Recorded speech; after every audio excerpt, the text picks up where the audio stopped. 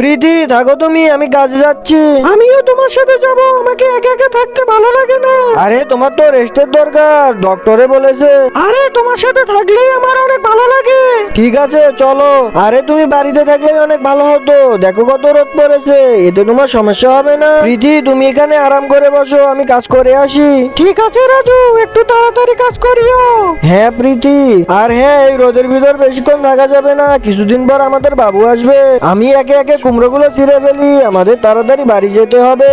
আরে আমার মনে হয় প্রীতির অনেক মন খারাপ হয়েছে, ওকে খুশি করার জন্য কিছু একটা করতে হবে আমাকে। তার আগে আল্লাহকে ভালোবেসে থাকলে অবশ্যই ভিডিওতে লাইক দিয়ে চ্যানেলটি সাবস্ক্রাইব করে দাও, আর যদি না করো তাহলে আমি ভেবে নেব তুমি আল্লাহকে ভালোবাসো না। আর হ্যাঁ, কমেন্টে আই লাভ আল্লাহ লিখে যাবে। আরে এই কুমড়োটা আমার গেঞ্জির ভিতরে রেখে দে। আরে প্রীতি এই দেখো। আরে আমার পেটের বাবু, তুমি কি ট্রান্সফার করে নিয়েছো নাকি?